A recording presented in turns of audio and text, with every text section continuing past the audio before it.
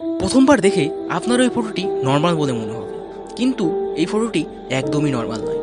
এটি একটি family photo, যেটি মা, বাবা এবং তাদের মেয়ে। এই ফটোটি 1918 সালে তোলা হয়েছিল, কিন্তু ভয়ানক ব্যাপারটি হলো এই ফটোটি তোলা কিছুক্ষণের মধ্যেই মেয়েটির মৃত্যু হয়ে যায়। তখন তার অন্তিম সংস্কার করা হলো, তখন তার বাবা এই ফটোটি পুড়িয়ে ফেলে, কারণ সে চায়নি তার স্ত্রী পুরনো অতীতের সাথে বেঁচে থাকে। কিন্তু এর ঠিক এক সপ্তাহ পরে সেই মেয়েটির ফটোটা তার বাবা তাদের ঘরে পায়, এবং কিছুদিন পর একই ফটো তাদের ছেলের ব্যাগের মধ্যে পায়। এমন করতে করতে তাদের বাড়ির সব জায়গায় এই ফটোটি পাওয়া যায়। এরপর তারা দুজন মিলে সব ফটো বাড়ির পেছনে জড়ো করে পুড়িয়ে দেয় এবং তাদের বাড়িটি বিক্রি করে দূরে গিয়ে ভাড়া বাড়িতে থাকতে লাগে, কারণ তারা ভাবতো এইসব তাদের মেয়ের আত্মা করছিল।